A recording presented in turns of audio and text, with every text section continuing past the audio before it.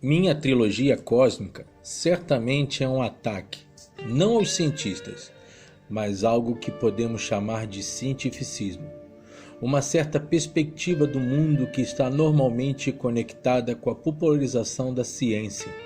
Em outras palavras, a crença de que o objetivo moral final é a perpetuação das espécies e de que ela deve ser perseguida mesmo que nossa espécie tenha que ser despojada de todas as coisas que nós valorizamos: a piedade, a alegria e a liberdade.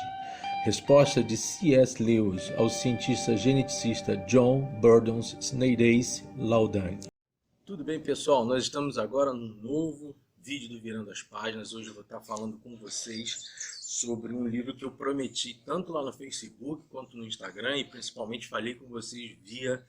Primeiro, né, foi o primeiro vídeo que a gente fez esse ano. Eu dei um roteiro de livros que eu estaria narrando, conversando, resenhando com vocês, e está nas minhas mãos o primeiro livro da trilogia cósmica do C.S. Lewis, o Além do Planeta Silencioso. Essa obra foi escrita em 1939, eu tenho em mãos essa reedição pela Thomas Nelson, uma tradução muito legal do professor Carlos Caldas. Eu recebi de presente no dia do meu casamento. E foi uma tradução, eu gostei muito, porque eu já tinha lido outras traduções, não que as outras sejam ruins, muito pelo contrário, mas a tradução do Caldas me pareceu mais direta. Então, para você que não tem muito contato com C.S. Lewis e mesmo não tenha lido a trilogia cósmica a partir do Planeta Silencioso, fica mais fácil trabalhar um pouquinho ele. Diz a história que esses livros, né, tanto o Planeta Silencioso quanto Perelandra, e por final a Fortaleza Medonha, que fecha o ciclo da trilogia, são obras não vindas do acaso, e sim de uma aposta. C.S. Lewis e Tolkien tinham feito uma aposta, parece que jogaram a moeda, e dependendo do que caísse, um falaria sobre a viagem no tempo, outro falaria sobre viagens espaciais. Caiu para o C.S. Lewis trabalhar uma história com base em uma viagem espacial. Só que tem uma diferença. Ele era, na verdade, diferença não, tem uma curiosidade. Ele gostava muito, C.S. Lewis era muito ligado com essa ideia de tempo, de espaço-tempo, de viagem no tempo. Quem já viu o filme ou quem leu o livro de Nárnia sabe do que eu estou falando, de mundos paralelos. Lembra lá do armário que faz a ligação entre a Terra e o Reino de Nárnia? Pois bem, isso faz parte de uma ânsia e de um gosto que Lewis tinha em tratar com a questão do tempo. E alguns dizem que esta obra aqui, olha, a Torre Negra, que foi descoberta pelo irmão, depois da morte de Lewis, o irmão dele descobriu essa obra. Na verdade, são vários escritos sobre a trama, que não foi fechada porque ele havia falecido. Alguns tendem a dizer que esta obra aqui seria o fechamento da trilogia cósmica. A gente não tem como responder ou afirmar que isso fosse uma verdade. A diferença básica nesta obra, o conteúdo dessa obra, com o conteúdo das outras, é que finalmente o Lewis mergulha na situação do tempo, algo que ele tinha a paixão, ele gostava muito sobre isso, né? Vocês ouviram uma defesa do Lewis acerca daquilo que ele tinha colocado dentro do conteúdo do livro. Ele teve algumas críticas com relação à obra a princípio, mas ao mesmo tempo ele foi bastante elogiado.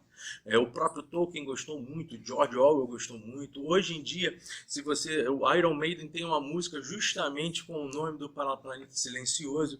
Você tem T.S. Eliot, que também foi um cara que gostou muito da obra do C.S. Lewis. Pouca gente, né, eu vejo, conhece essa trilogia, porque nós temos dois tipos, eu vejo às vezes, nós temos dois tipos de leitores de C.S. Lewis. Primeiro, aqueles que realmente conhecem C.S. Lewis. Nós temos dois tipos de leitores de C.S. Lewis. Aqueles que se interessam mais com o lado teológico dele, com os discursos e com os textos teológicos dele, e textos também políticos, textos no campo social, textos antropológicos da relação humana, como como ele fazia muito bem, ou existem aqueles que gostam justamente dos romances, das aventuras de C.S. Lewis.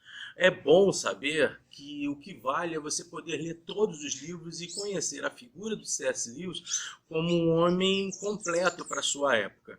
Eu falei um pouco sobre ele lá no segundo capítulo do nosso Virando as Páginas. No segundo vídeo foi sobre o Dom da Amizade, eu estava falando sobre ele e o Tolkien, e eu sou sincero em achar que eu puxei muito mais para o lado do livro, falei pouco do Tolkien, é uma dívida de eu estar falando para vocês sobre também a vida desse grande monstro. Essa obra foi escrita, o primeiro livro foi escrito em 39, Perilândia vai ser escrito em 43 e em 45 ele fecha com o livro Aquela Fortaleza Medonha. E o que está por detrás disso, para a gente poder compreender a saga que ele vai estar interpretando, vai estar trazendo para a gente? Você tem a Segunda Guerra Mundial como uma situação traumática onde ela assimila ciência, modernidade e morte, dominação. A situação em que um povo, dentro daquela eugenia, aquela situação alemã, ariana, de se achar um povo superior a outros, acha-se então também no direito de dominá-los e exercer sobre eles o seu, digamos assim, seu caráter ético de Estado. Lewis está escrevendo contra isso. Também Lewis escreve contra o próprio império, a qual ele fazia parte e amava, que era o Império Britânico, diante das suas relações com as pseudo-colônias. Isso depois vai explodir um pouco mais no discurso de Gandhi, um pouco tempo depois, cerca de 10 não, até 5, 6 anos depois, já o Entre Guerras, mesmo no Entre Guerras, mas principalmente depois da década de 40, depois de 45, quando a Segunda Guerra Mundial ela termina com a vitória dos aliados, e aí o próprio Gandhi faz um movimento em favor da liberdade da Índia como nação. Isso também tem a ver um pouco com a crítica que o Lewis faz dentro desse livro. Nós temos aqui 3 personagens centrais com os quais você precisa ter em mãos. O primeiro é o Dr. Ewen Hanson. O Ewen Hanson ele é um filólogo, por acaso formado em Cambridge. Isso não é nenhuma coincidência para quem conhece a vida de C.S. Lewis com Tolkien. Ele está fazendo ele está fazendo uma homenagem ao seu amigo Tolkien e coloca o Tolkien na pele de Hanson como uma espécie da humanidade que começa a ouvir os clamores do invisível, diria assim, porque já já eu vou falar sobre o invisível com vocês, e que começa a compreender que ela não é tão perfeita quanto pensa e não é tão capacitada a ponto de poder determinar os destinos do mundo e determinar os destinos da natureza a partir das suas atitudes. O Dr. Ewen Hanson ele vai ser esse exemplo. Eu vou falar isso no meio do caminho, né, no meio da nossa resenha aqui. Os outros 2 que aparecem é o Dr. Divine e o Dr. Weston. Todos os dois têm a ver justamente com a crítica que o Lewis vai fazer ao cientificismo. As críticas que inicialmente ele recebeu por conta dessa obra é porque ele tinha uma ideia clara de que ele está apontando para H.G. Wells, alguém que ele admirava bastante, mas ao mesmo tempo criticava quando entendeu que todas as tramas já naquele momento de ficção científica ou outros enredos literários, elas estavam sendo para ele como panfletaria ideológica. E ele queria traduzir a ideia de que ele gostaria de fazer um livro da qual ele mesmo pudesse ler, ele mesmo pudesse experimentar, ele mesmo pudesse se sentir bem com a leitura. Então, para Lewis, quando o escritor senta para escrever aquela obra, ele tem que pensar justamente no ato de escrever e não necessariamente no ato de manipular cabeças acerca daquilo que este autor ou aquele autor gostariam que os seus leitores fizessem. Então, Lewis está querendo construir, digamos assim, uma certa literatura sincera na relação entre o escritor e os que estão lendo, os leitores.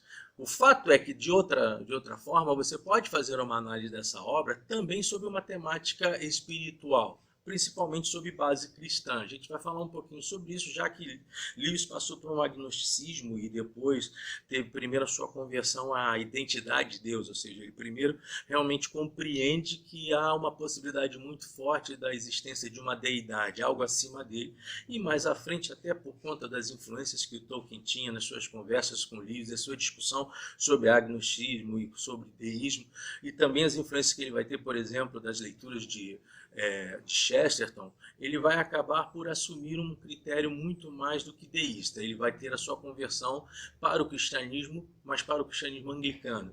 Nem por isso ele deixou de ter um senso crítico bem apurado com relação à religião e com relação ao modus operandi de dominação e também de manipulação que a religião pode ter sobre nós. Ele está vivendo o princípio da Segunda Guerra Mundial, mas ele também já está vivendo as influências da Alemanha nazista dentro da igreja luterana alemã, quando o nazismo se torna uma espécie de aperfeiçoamento dentro do luteranismo, dentro do cristianismo alemão, da linguagem e da proclamação, digamos assim, do cristianismo.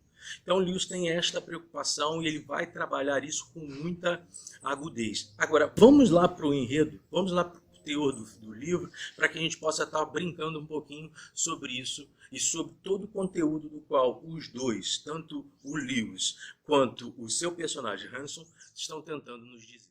Agora, para mim, em toda a obra, a figura mais importante é o Oyarsa. O Oyarsa é uma figura que se assemelha realmente ao Aslan de Nárnia. É uma figura que tem uma relação com o Hanson parecida com a figura, com a relação que Aslan vai ter com os quatro irmãos, quando acontecem os diálogos. O diálogo de Oyarsa é um diálogo mais profundo, ao meu ver, do que o diálogo de Aslan, até porque são públicos diferentes. O público de Nárnia, a princípio, é infanto-juvenil. Este público, por ser uma ficção científica, e na época a ficção científica estava em alta, até hoje está, né? Mas naquela época estava muito procurado, ele atingiu uma faixa etária completamente diferente. E quem é o Oyarsa? O Oyarsa é uma espécie de Aslan de Malacandra. E a conversa que Hanson começa a desenvolver com o Oyarsa faz com que Hanson faça um retorno a si mesmo, uma visão autocrítica acerca daquilo que é a humanidade, como a humanidade age, a forma destrutiva da humanidade e também a sua própria forma, mesmo ele sendo, dentro daquilo que Lewis está escrevendo, um modelo interessante de ser humano. E o Oyarsa diz que há um lugar que é a Terra chamada de Chulcandra, mas que também é o planeta silencioso que dá o nome ao livro. E é um planeta silencioso porque na Terra não ouviram o seu Oyarsa.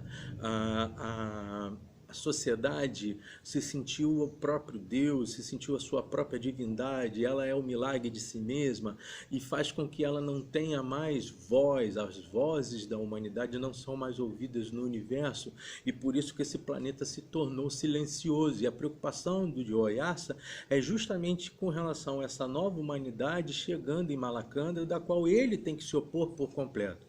As características do Oyarsa são interessantes porque, primeiro, ele não é visto. Segundo, ele tem uma presença muito próxima à onipotência, onisciência e onipresença. E terceiro, por fim, ele é justamente a contraposição àquilo que o Weston significa. E este movimento, vou deixar para vocês, mas também é sensacional o diálogo de Oyarsa com Weston, quando Weston pensa estar falando como os europeus pensaram falar com os índios quando começou a invasão das Américas e as descobertas e a forma como foram feitas as trocas, colocando os índios como seres inferiores aos europeus. O tratamento foi esse, o tratamento da própria igreja foi essa, quando discutia se o índio tinha ou não alma. Então, o Oyarsa, ele destrói os argumentos de Weston, mas o mais interessante nisso tudo, Divine consegue perceber o que o Oyarsa falou, Hanson percebe e assume a característica a ética da fala de Oyarsa, mas o Weston não consegue entender nada. E eu acho que esta é a maior contribuição do livro. Eu não vou dizer o que vai acontecer mais à frente, porque o livro termina já dando para nós a abertura do surgimento de Perelandra. Não vou dizer mesmo o que vai acontecer, vocês podem ficar chateados comigo, até porque nós vamos estar lendo Perelandra lá na frente. Eu não quero também dar spoiler para ninguém. Agora, se você quer um livro que tem um conteúdo e que, se você tiver vontade de lê-lo, sem senti-lo arrastado e compreender todas as falas com todos os personagens dentro de um planeta diverso, de cores, de profundidade, de argumentações, de suspense, de sustos e ao mesmo tempo de paz, você pode pegar essa obra, a obra do Lewis, Além do Planeta Silencioso, que vai lhe fazer muito bem, principalmente agora nesse movimento todo que nós estamos vivendo com relação ao coronavírus. Quem sabe o coronavírus seja a fala de um Oyarsa para toda a humanidade. Bom, nós vamos estar falando mais sobre o Planeta Silencioso quando eu estiver falando sobre Perelandra, mas não vai ser agora. Eu vou esperar que você leia, eu vou esperar que você tenha tido contato com o Planeta Silencioso e posteriormente a gente começa a falar sobre Perelandra. Posso te garantir que na trilogia, na minha visão, apesar de ser o livro menor entre os três, é o mais denso, é para mim o Planeta Silencioso. Perelandra e Uma Fortaleza Medonha vão seguir mais ou menos o tratado de Perelandra, mas as questões de Lewis são colocadas em Um Planeta Silencioso. O resto é só desenvolvimento, mas também duas grandes obras. Tá bom, gente? Então vamos pensar sobre essa questão, sobre esta visão que você não precisa ter a visão cristã, se você assim não for, mas uma visão de reflexão de como nós somos, para onde nós vamos e o que nós queremos ser e se realmente a gente está capacitado para aderir a mudanças necessárias para mundos melhores. Bom, próxima semana eu vou estar falando, próximo vídeo eu vou falar dos 2 primeiros capítulos desta obra aqui, olha.